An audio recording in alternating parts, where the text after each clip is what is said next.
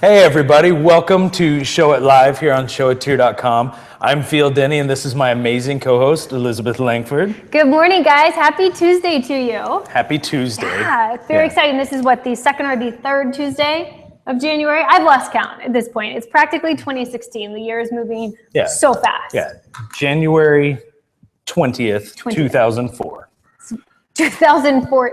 15. So we don't even know what date it is. You totally threw me off. I know. Well, guys, welcome to the show. We have a great show for you guys today. We have Jared Bauman from ShootDotEdit and former photographer. He probably still photographs. Yes. I'm guessing. Documents life. Yeah, he graphs photos for sure. Definitely. But he's going to talk to us about this idea of content marketing and how photographers have a leg up. We totally have, we totally have a leg up, and I think a lot of it is about being intentional and really thinking about what it is that you are putting out there to your market. So before we get too far into this, so if you want to know more, we're going to tell you how you can also learn more and see him later and get a little more information on this. But WPPI is like fastly approaching. It is. Stephanie Moore-Milne, who is a Canadian showateer, and we love our friends north of the border. She posted a little graphic to the Facebook group the other day that said there was something like 41 days, 19 hours, 12 minutes, and 7 seconds left. And so now we're at like day 39 from HugFest 2015. Or really, I mean, this is like the pre-HugFest because we're going to HugFest at United. This is HugFest 0.5. 0.5. Yeah, 1.0 will be at United. We'll be at United, but so we are very excited. We are going to be at WPPI. Show It is going to be on the trade show floor, so we want you to come and see us. But we First time. We're so excited. You guys, our booth is going to be so cool. We just designed it. It's a giant bubble that rolls. Awesome. No, I'm just kidding. That's not true. It's actually going to be really cool, and we are going to have showateers in the booth to hang out and chat with you. And we actually have a showateer doing something really cool in the booth, a little bit of creative arts. And the night before, so the night it all starts on Monday for most. For showateers, it starts Sunday night. It does. Actually, I'm gonna argue with you. Okay.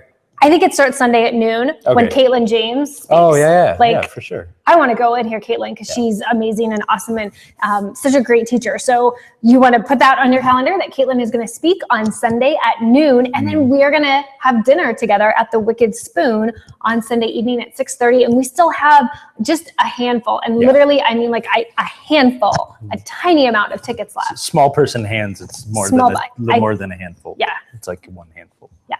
Like I might take two hands for me, but we want you to come and join us. And so if you haven't gotten those tickets yet, you need to get your tickets for that. It's the Showateer dinner. You can find all of the information in the Facebook group or at vegas.showitfast.com. I believe is the address. Is that right? That is right. Sweet. High fives. Good job.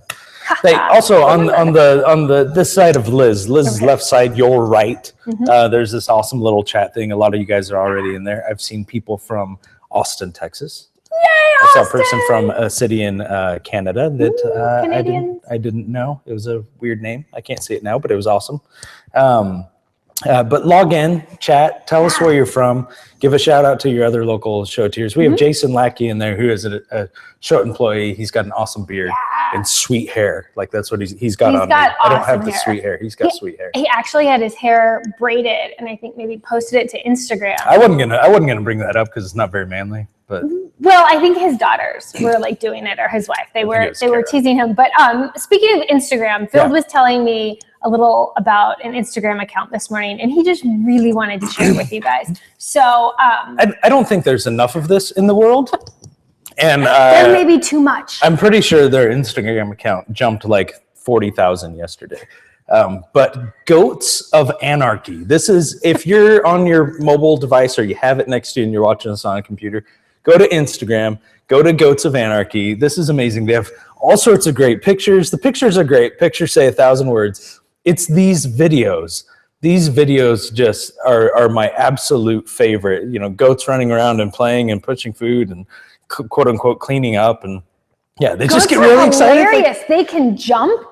Oh, like they spin. crazy, and They do cool tricks. I have a really close family friend who is actually one of the like lead goat breeders in the country. Yeah. And goats are That may be their account. interesting little. No, I don't think that's It should be, because it that's should. amazing. It should be, but they should add to it. But yeah, if you're on Instagram, which you probably are, you can go and follow Goats of Anarchy. And you should probably also follow Show a Tear. We are at Show a Tear is our Instagram account. And we love to re-share or regram the beautiful photos that you all post up on your Instagram accounts. So make sure you're following us so we can follow you and share with our community your beautiful work. Yeah, so go follow Goats of Anarchy. And then after about 45 minutes to an hour when you're done looking through those, you're already on Instagram, follow at Show a Tear. I think, no. Reverse that. Strike that, reverse it. Well, I want them to also Willy spend Wonka time thing. on at Show a Tear. But Goats of Anarchy is pretty great. But Goats of Anarchy is interesting. And if you have other Instagram accounts that you love, like Goats of Anarchy or something odd like that, post it up in the feed so that we can see it in the chat. So, and what your Instagram account is, and we'll go back and we will follow you guys. So, we should talk about Field's mug. I don't know if you guys have noticed, but on Show It Live, we generally have our coffee mugs with us. And Field had a coffee mug that was near and dear to his heart of, R2D2. And a couple weeks ago after Show It Live, he fell. He jumped, and may he rest in pieces. He was murdered, said CEO Todd Watson. R2D2 bit the dust. Yes, he did. But luckily, he didn't get upgraded. I have a great boss who bought me this amazing horn. Is that a horn? It is a horn, but I can fill it with my drink.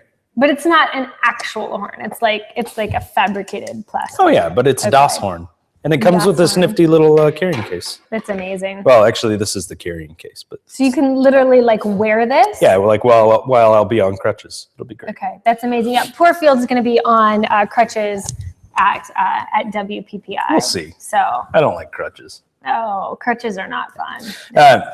But speaking of at WPPI, and back to the topic of our show. Tell me more about that. So this amazing guy, Jared, he's going to be at WPPI, and he's going to be talking a little bit, probably more in depth than he is today about this idea of content marketing. So he's so good at it. Oh, like amazing. He just really knows his stuff. Yeah. So let's welcome him on the show. Welcome, Jared. How are you today?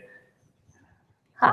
We're good. You got the blue memo. Everyone is wearing. I know. Look at this. It's the blue day. It is. Awesome. It is. We're the blue man and woman group. I feel like that should be a thing in Vegas. Maybe. Yeah. We could paint our faces. Yeah. Like beat on drums. Field, I think you're onto something. Yeah.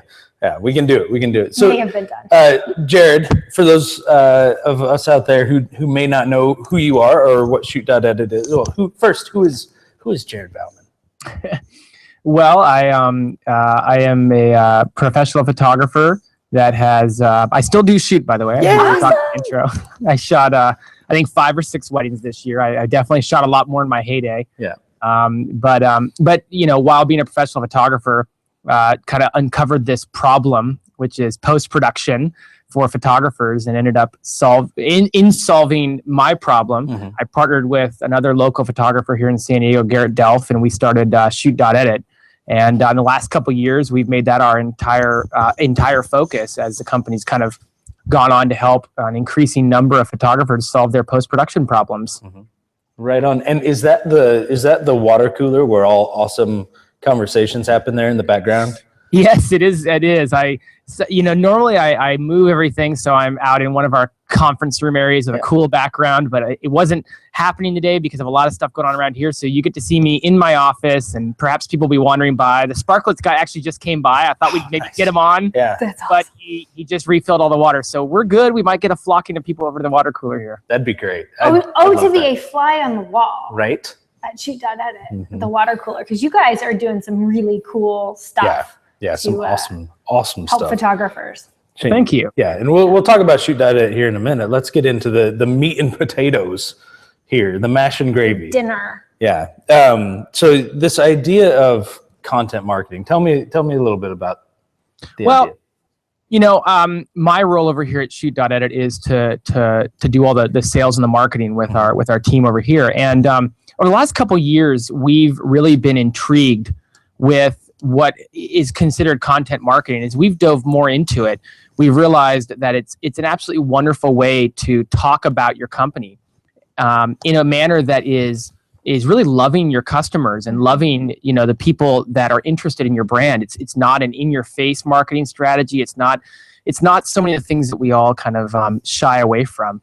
And we put it to use at ShootDotEdit, and it's been wonderful. It's been awesome. The response has been great, and it's fun to do, and it's really a wonderful thing that what I think is so fun is how photographers can use it, because photographers are content-making machines when they go out and shoot every weekend.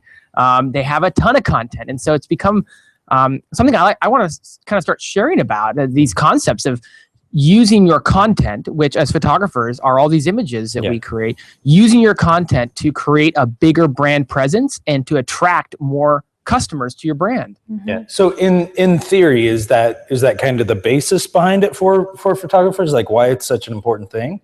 It is. Yeah. Okay.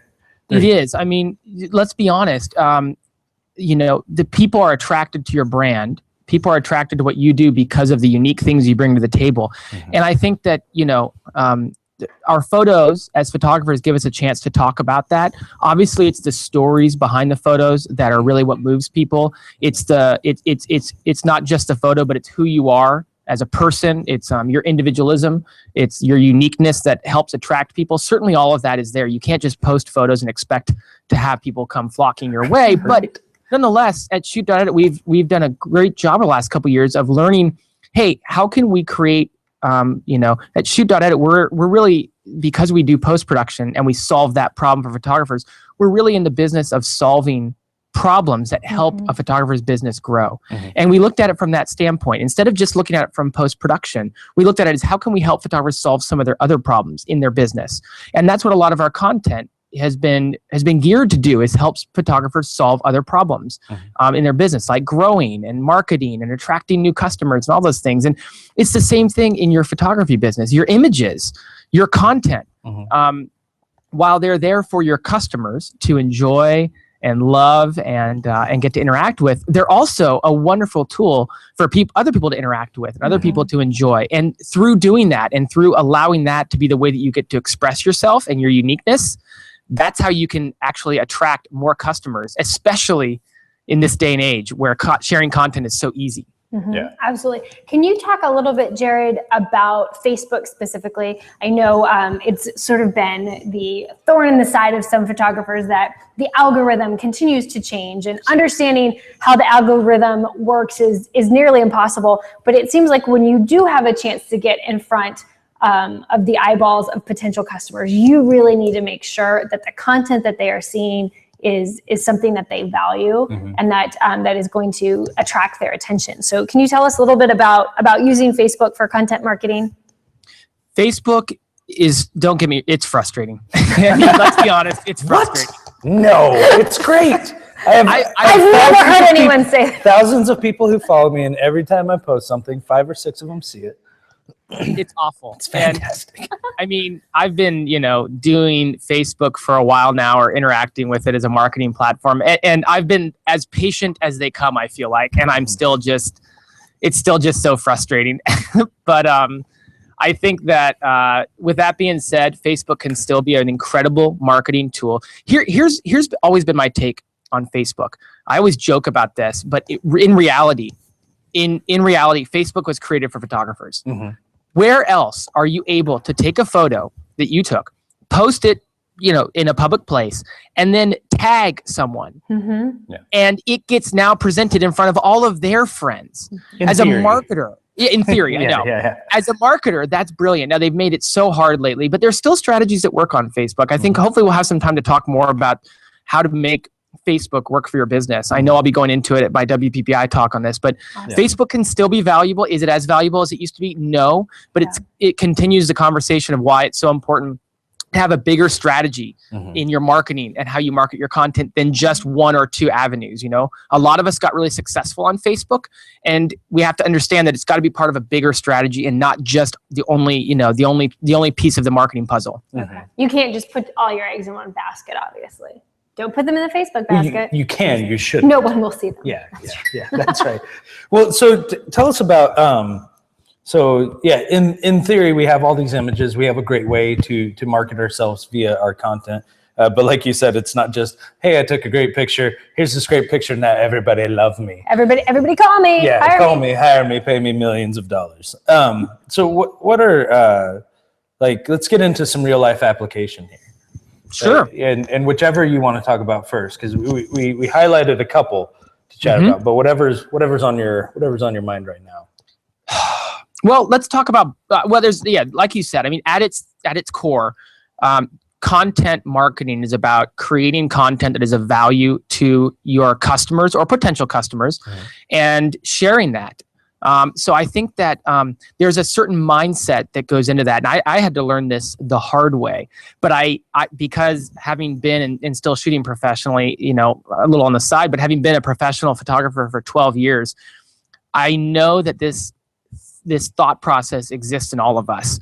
And because I struggle with it all the time. We think as artists that when we take a great picture, it doesn't need to be marketed. It speaks for itself. It speaks for itself, right? Yeah. And pictures are worth 1,000 words. Right, and it is true. But I know that in the years and years of being a professional photographer, it's not just about taking great pictures. You have to figure out how to get those out there and share them. As a matter of fact, the work doesn't do itself if you don't go out there and have a plan for how you're going to, create a brand, share your images. If you don't have a plan for it, it doesn't happen very much. It only happens in fleeting moments.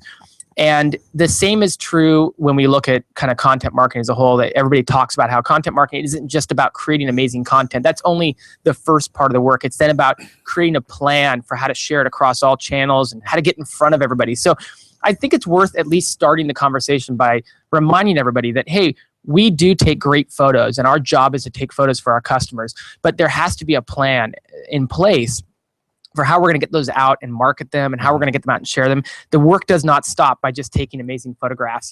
That's just the beginning of the work, really. And when we had chatted about this before, you'd kind of likened it to a 20-80, right? Like 20% of the work is, getting that great photo, getting it done and posting up. But then you have, that's not all. Like you're nowhere near halfway point at that part. It's finding a great way to market this.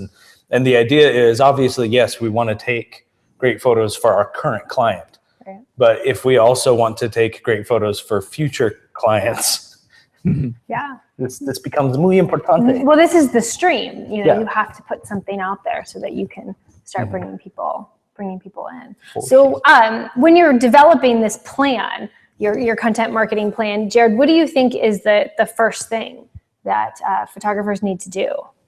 Yeah, well, I mean, there's so many things we can talk about. I mean, Phil, you brought up, what are some practical things to get going on? I think that's a great way to look at it because there's so many areas that you can tackle this. And you need to have a cohesive strategy. So, hey, we'll talk about some things here today, but the idea is really to create a cohesive strategy that kind of looks at it the same way that you said. And again, this is a conversation about marketings. Yeah. So obviously shooting a great wedding or a great portrait session, all those things, so important. Taking care of your customers, all that. But as far as marketing goes, I'd say you're right. About 20% of the work is done when you get done taking the photos. 80% of the work is still left. When we came out with our, I remember our first big guide at ShootDotEdit we came out with last year. And it's a guide. It's called How to Grow Your Wedding Photography Business. And it's over 50 pages long. I think we have different tips in there from it's over 30 photographers that are professionals. It's this huge thing. And we put our heart and soul into it. And we launched it. And that was where it really became clear, as I look back on it, that 20% of the work was in creating the guide. 80% of the work was in afterwards, making sure that people knew about it, making sure to email everybody who we featured in it, making sure to post it on all the different social platforms, making sure that we included it wherever we could, where we thought it would have value for people down the road and in the months to come.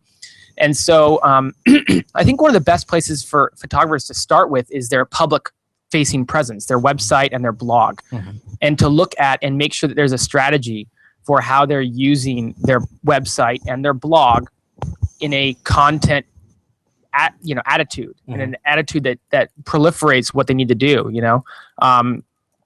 one of the great things to look at is, again, if we look at our photos as content, a lot of times people will use their blog just to post. Let's say you shot a wedding, and a lot of times people will use their blog just to post the wedding photos, and they post them on their blog. They might shoot their customer an email that says, "Hey, your wedding photos are on the blog today," and that'll kind of be that. And I really think that there's so much opportunity on your blog. First off, think about each time you shoot. I'll use a wedding as an example because that's the kind of photographer that I was. As a wedding photographer, there's so much that goes on throughout a day, and there's so many things you can post. You can do a blog post just like we talked about that highlights the wedding, but then you can also pull out your favorite detail images from the wedding, and you can have a whole series that runs on Mondays that are Detail Mondays where you showcase the details. You can use tag a couple of your favorite photos and use those for a top 10 weddings of the year highlights post. You can then take those images and you can repurpose them multiple times over again across your blog, and you can make sure that you're getting as much mileage out of these images as possible to attract all the different types of people. That's one example of what, a great way to use on your blog, instead of using an image once, instead of just doing it once, is sharing it across multiple avenues. Yeah, and that's great. And I talked to a lot of people who are just starting out and getting started in their business where they don't have, as much content and all of this. And that is key. It's being creative with the ways that you do put it out there. And I love that you said, having a Detail Monday or a detail. I like to, do reviews of the year or talk to people about doing a review and just saying, hey, this day we're reviewing my favorite shoes that I shot all year, my favorite. And then, 3 days later or 4 days later, whatever it is, I'm going to do my favorite dress, and then I'm going to do my favorite hair. And then, because also when you're breaking down the details, you look at an overall shoot, right? Like we put on styled shoots, or you go to a wedding, and you can then highlight the dressmaker, and then you post out to them, and you share it with them, and then they'll share it, and then you highlight the florist, and then they'll share it on theirs as well. And I mean, you break these down, and you're creating this this like really organic network when you're doing that, when you're focusing on just a one feature over and over again in a whole post. They love that. You realize you have a lot more content than you thought you did when you started. You have a lot more things to talk about. And this is a problem that comes up a lot. We see people post this in different groups. What should I blog about? I just don't shoot that much. Well, blog about what you're doing on your personal projects, and shoot more so that you have photos to accompany the blog. And think about it in terms, again, of how can I help my customer, my potential customer? I mean, do a blog post about your favorite engagement session locations. That's a great blog post topic. You can go back and pick out your favorite engagement sessions from the year. And now you have this awesome blog post where you're educating potential customers on where you want to take them for their blog, for their engagement session. And if somebody asks you in a month, hey, where should we pick for our engagement session location? You can say, I have this great blog post on just that. You send that over to them. You can begin to actually build this wonderful content library, really, of different things that help your customer. And you're also getting all the benefits that come with every time you do a blog post. If you have a plan for how to market that blog post, you're getting out there that much more. Justin and Mary Morantz talk about how they do a blog contest, a photo contest, where they really encourage sharing through doing a contest. What a wonderful way to get every blog post out there and get it seen by more people. So taking your content, trying to find as many ways to use it, or as we say in marketing, repurpose, and then having a plan for what to do with it once it's out there.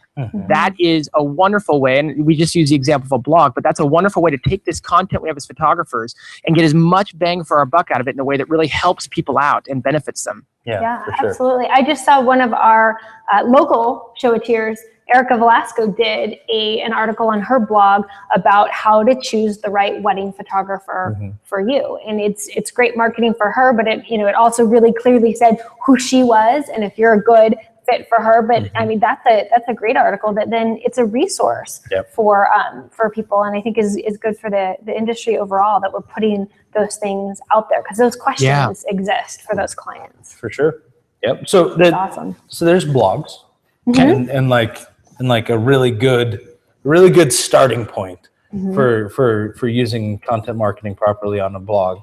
Let's go into Like a website or social media. Those were the other ones that we had kind of talked about. Yeah, website. I mean, there's a whole underlying benefit to content marketing, and it really comes down to SEO, search engine optimization. You know, there's Google.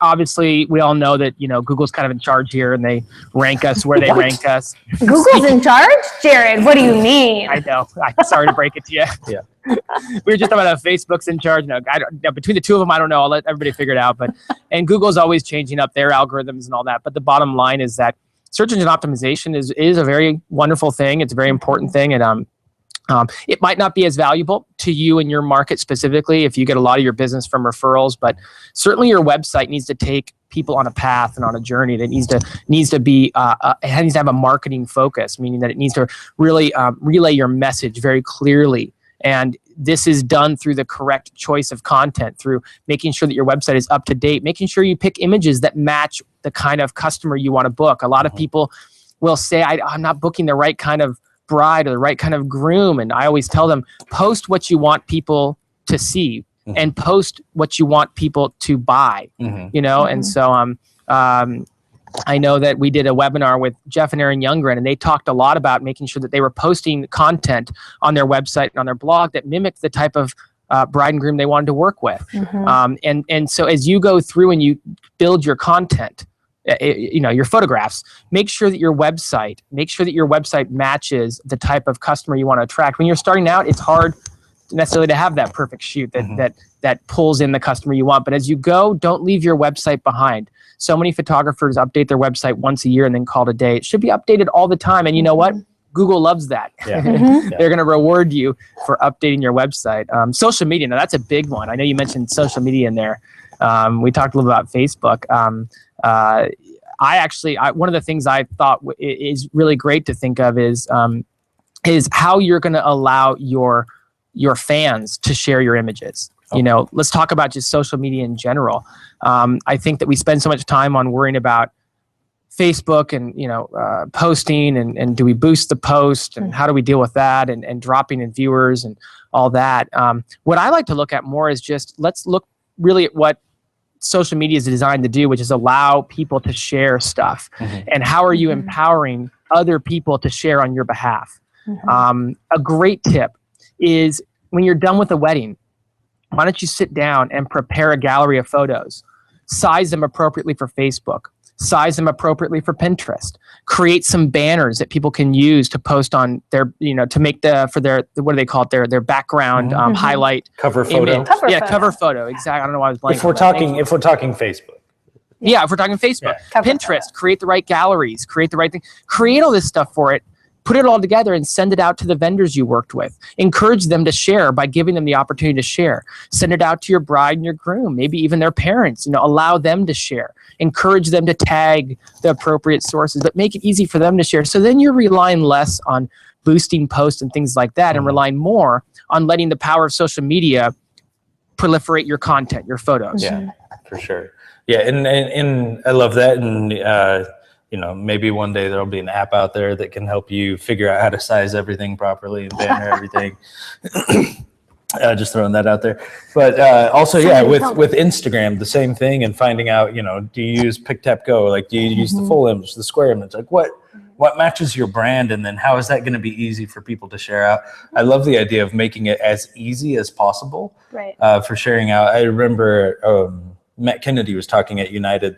Was it last year? Yeah. Oh, he had a great class. About, you know, he uses Pass, and so he'll create an entire section, an entire gallery, because you can have your favorites and all that. He'll create an entire gallery, like 4 cover photos, and everything will be sized for cover photos, and another one for profile pics, and everything will be sized for profile pics. And I was just like, that's pretty much the greatest idea to have people share your content ever. Well, I think people want to talk about you when you've served them well and done a great job for them. They want to talk about you, but they have to be empowered to do that. Yeah. You have to give it to them and make it easy and digestible, you know, that they can regurgitate. You hit the nail on the head. That's exactly what I think it is. I mean, let's think about it. We all have so much that we have to do every day. And, you know, my recent my upcoming WPPI talk that's all about this stuff, and we'll be going through all the different content strategies. We'll go through a bunch of them, but I loved what they did this year in that they were helping me out. They would send me things. A couple of weeks ago, they sent me something that said, hey, we've gone ahead and put together some suggested tweets that you can tweet about your upcoming WPPI talk. We've included a unique link for you that's already driven right to your talk. And I thought, that's exactly what I needed, because if I want to talk about my WPPI talk and share it, but I'm so busy every day and we're all so busy. But you made it so easy that all I have to do is copy and paste. And all I have to do is plug it in now. Yeah. And you know what? I shared right away because it was so easy for me. It wasn't that I didn't want to share. We learned that in, for example, the Grow Guide that I was talking about earlier. The easier we can make it for people to share it, it's not that people don't want to share your amazing content. There's always beautiful pictures. I mean, how great is it that they can publish that? But I mean, how many people do you know that don't understand how to use Facebook properly?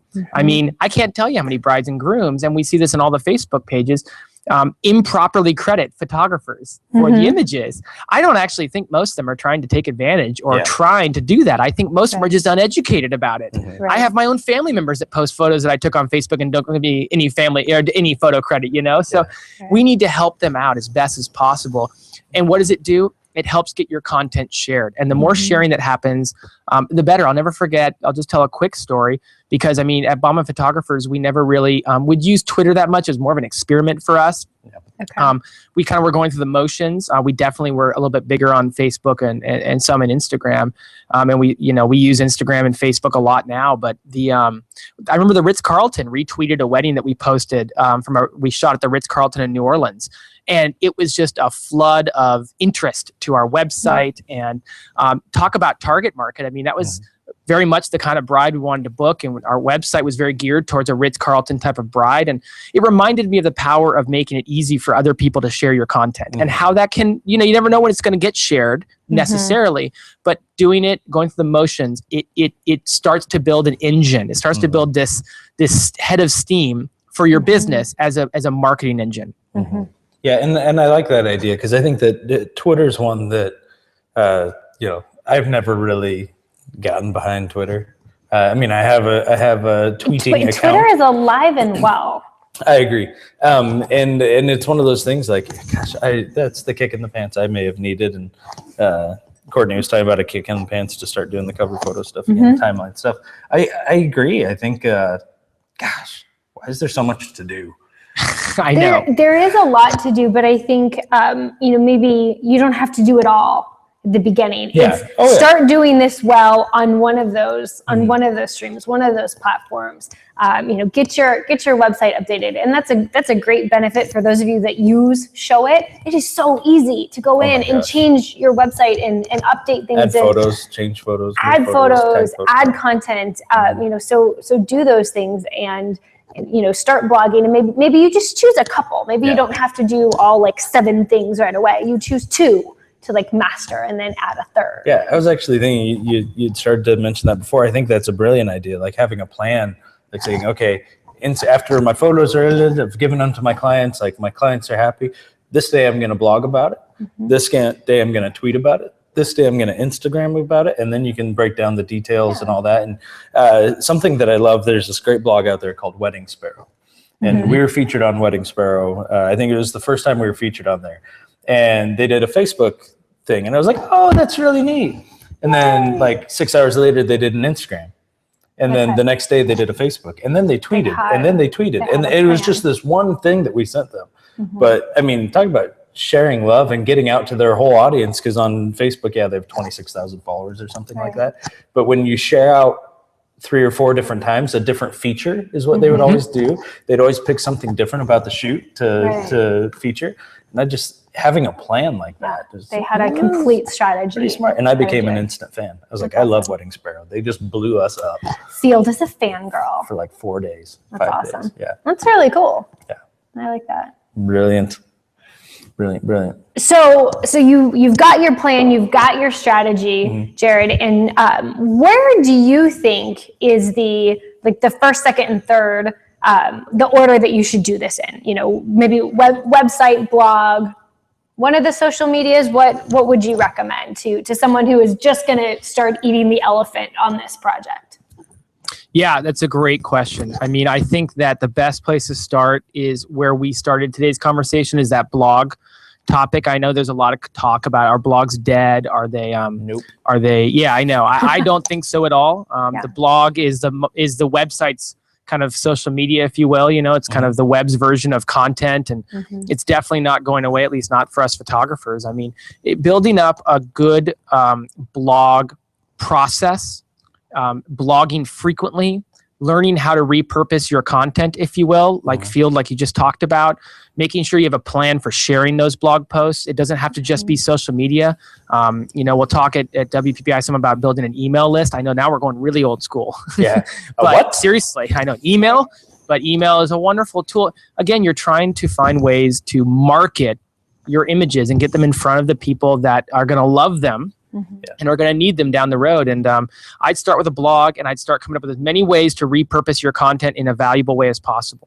So let me ask you this, because JT, who works here, he was a great photographer for years, and then went into design stuff, and now he works for Show It. But he would always talk to me about this email list that he had, and I always thought, oh, that's really neat. Like, and he would talk about it, and he was really successful with it. I've always viewed email lists as more of a like business to business kind of thing. Like photographer, we do workshops. I want to let other photographers know about workshops. Do you see them as still a viable source for potential clients? Oh, very much so. Okay. Well, first off, think about email, and think about how it's really the last frontier where you actually own everything in there. You know, you can watch Facebook chip away. That's a you good can watch call. Facebook. You know, you can watch Google control what your content gets shared. One day they like your blog and you're highly ranked for search terms. The next day they decided it's not valuable anymore. Facebook decides we're going to change our algorithms. But with emails, that's your gateway, and you have full control over that. And so that's why it's so valuable. And the way I like to look at email is actually it's more of a continuing the relationship, because for photographers, most of our business comes from referrals. I know, as much advertising as we all do or don't do, the bottom line is that referrals are such a big source of our business, and email helps to proliferate that. I like to liken it to the infrastructure that the Knot has created. So you know how the Knot, obviously we all know the Knot, love them or hate them, they attract a ton of brides.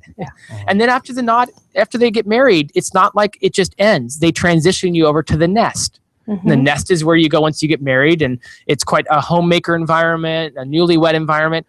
And then when you start having kids, which is a natural progression for married couples, they move you over to the Bump. And they continue this relationship and are always providing valuable content for people that are at these different stages. And I say with your emails, providing valuable content at all the different stages, the pre-wedding stage, before they get married, while they're in that stage, think of all the things you could provide them. Think of an email that goes out to all of your pre-wedding couples about great engagement session locations, great ways to plan party favors. Think of all the things you can write about. You've been to a ton of weddings, and you could write all these valuable tips and tricks. And they get married, and now you have the post-wedding email process, and you can email them tips and tricks for sharing their images and different sales you might see for ways that they can make Christmas ornaments out of them, or whatever that might be. And then you might move them into another bucket that after it's been over a year since they've been married, you can talk about things that you do after over a year after you get married. It's time for family portraits, sharing your family portraits you like, sharing ideas for how to continue to use your wedding images, or the different anniversary stages. I know the 1 year anniversary is like paper, and then the 2 year. And so there's so many ways. I'm just kind of spitballing here, but so many ways we can use email to constantly engage our customers. What's the point of that? Is to provide value, but by staying on their radar, they're going to continue to tell all their friends that are getting married about you, and all their friends that are having babies about, maybe some of your other services, or maybe you do family portraits. And these are ways to stay in front of, from a marketing standpoint, to love on your customers, but also stay in front of them. I love it. Hashtag email is not dead. Email is not dead. Well, and it really, you need to what is that? Octothorpe. Yeah, Octothorpe. I love that the content marketing is really resource marketing. You are becoming this resource for your clients and for your potential clients. And I think when you are more concerned about being a resource to people, they want to trust you more, and they want to come to you for other things. And I think it's great. Like when a bride comes to me and says, what florist should I use? It means that she trusts me, she trusts my opinion, and now, you know, I can help that florist grow their business by being able to give referrals. So I love the resource part of this. And also a fairly common theme in the wedding industry is brides become photographers. Like they love, you know, you treat them so well, you provide this amazing experience, and they love the relationship that they have with you, and you loved it with them. And they're like, I want to do the same thing. Like I wanted to, and then you also, I mean, if you mentor to photographers or you do anything like that, like you have a client there. I think that's awesome. That's very cool. I love to open up my email, see if it's still there. It is. It is still there. And, you know, I think I still read the emails that are important to me, that matter, and that are not, they're not advertisements. They're resourceful. Yeah. So, you know, that's great. If you want any more information about this, there's a link here underneath the video that talks about Jared's going to be at WPPI. If you click on the WPPI word, it'll take you right to his, the registration for his class. But before we leave, I want to talk a little bit more about ShootDotEdit, because this is really where you're honing all these skills now is while you're at ShootDotEdit. But you guys are going to be at WPPI. I think you're going to be really close to the show at booth. I think we could. I was like, I think we could sit in each other's laps pretty much. I think we're on the same row. We almost share sugar. We should. When we were low on coffee, we're going to come over and borrow some from you guys. Sure. Awesome. That's great. Well, so tell us a little bit. So there may be some photographers out there who don't know as much about ShootDotEdit as we've learned here in the past couple of weeks, but tell us a little bit. Well, and I really want to make sure everyone understands why this is just it's such a passion of mine, and how it relates to ShootDotEdit. Yeah. And that is really that you have to be marketing your business. You have to be spending time and energy on marketing your business. Nobody's going to do that for you. And that's why we started ShootDotEdit, is to give you the chance to do the things you have to do as a photographer. You know, you have to be the one to shoot. That's how you make profit. But you also have to be marketing your images. You are the person who's responsible for that. And so we started ShootDotEdit to take the burden of post-production off of the professional wedding photographer's plate, so they can do things like this. Because, you know, it's like you guys mentioned, it's like, where do I find time for this? You'd be shocked how you can find time for this when you aren't doing the editing. And that's why Garrett and I started this company. We were overwhelmed back in 2006, 2007, 2008. We were overwhelmed with doing all the editing all week and watching our companies we weren't able to market. We weren't able to interact with the brides. We weren't able to go and have coffee with coordinators. We weren't able to launch blog posts. We were doing all of our own editing. So that's the heart and soul behind what we do. We want to help businesses grow by taking the things off their plates that they don't need to be doing for themselves. And that's what that's why we handle the post-production side. There's so many other businesses that take care of other things for you, but we focus on taking that post-production, all the editing, all the color correction off of your plate. Right on. And I believe that you guys are the fastest. That's right, we are. So we turn your images around as fast as 48 hours. That's crazy. And we're pushing that envelope every day. I can tell you for a fact that we're going to be faster this year than we were last year. That's amazing. And because the faster you get the images to your customers, the more they like them. That's what we can see that, and we can argue, but we can see that the more they like them, the more they're going to spend, and the more they're going to refer us. Yeah, the more they're going to want to share them. And they're excited. They're excited that they just had their engagement session or their wedding, and they want to share those pictures with their friends and family. And I think it's so important that photographers really consider outsourcing. I think it's this idea that you have to do all of it, and really that's not necessarily your gift. If you're a photographer, your gift is not editing. It's the interacting with your clients. It's those capturing of those moments.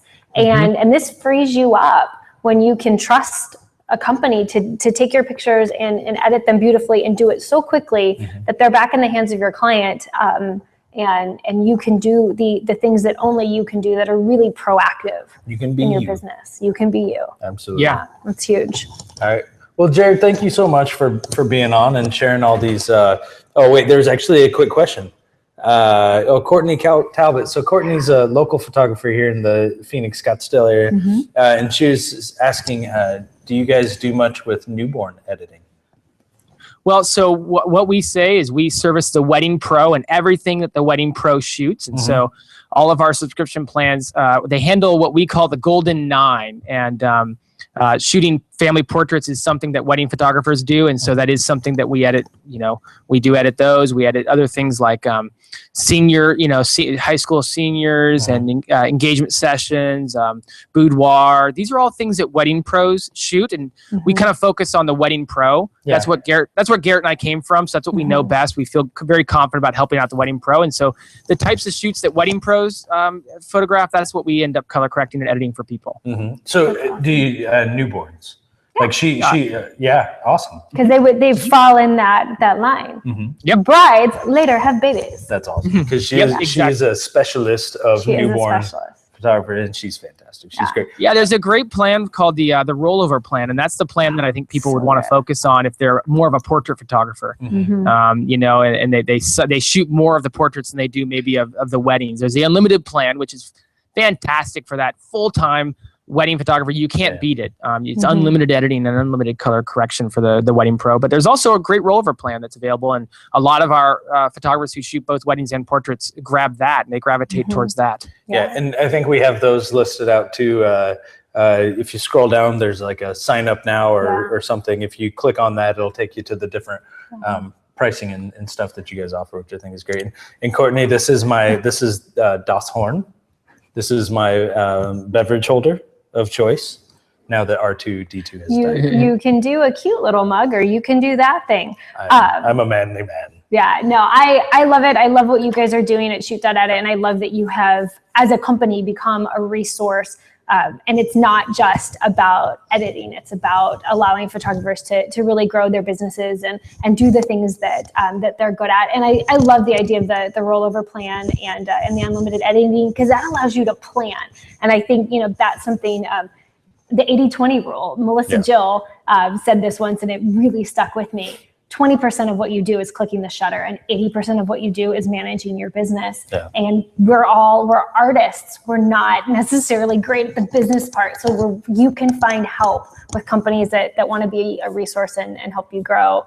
Gosh, I think that's awesome. Maybe there's one out there that helps you with web design. There might just be one. It's called Show It.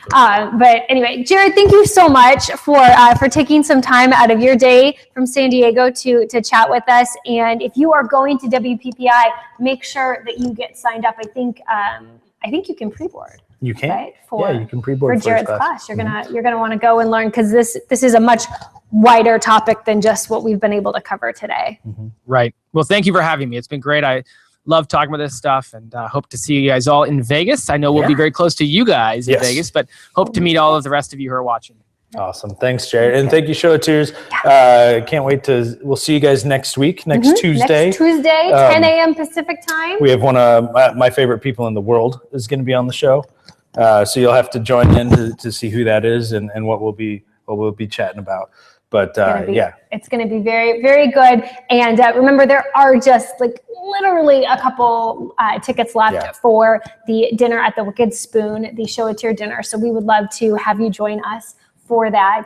That is going to be on Sunday, March 1st at 6:30 p.m. at the Cosmopolitan Hotel in Las Vegas. And make sure that you click on those links and check out everything that Jared shared from ShootDotEdit. And we will see you guys. See you next Tuesday. Next Tuesday. All right. Bye, guys. Have a great week. Bye.